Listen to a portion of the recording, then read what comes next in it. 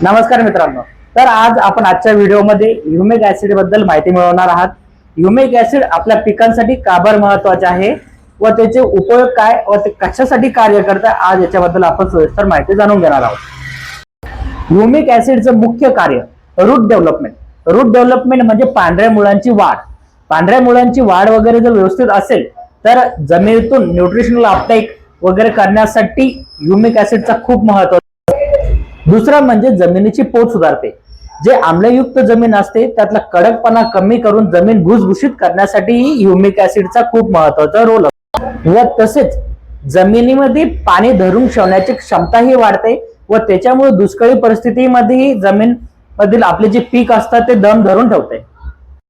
Nutritional Uptake म्हणजे अन्नद्रव्याची पूर्तता. ज्यावेळेस ह्युमिक ऍसिड आपल्या जमीन झाड पाल्यांना आपण सोडतो तो ह्युमिक ऍसिड काय करते, अन्नद्रव्याची उपलब्धता निर्माण करून ते आपल्या फळबागांना देण्यास मदत करते व त्याच्यामुळे जमिनीची पोत सुधारून क्वालिटी व गुणवत्ता सुधारण्यास मदत होते. याच्यासाठी ह्युमिक ऍसिड खूप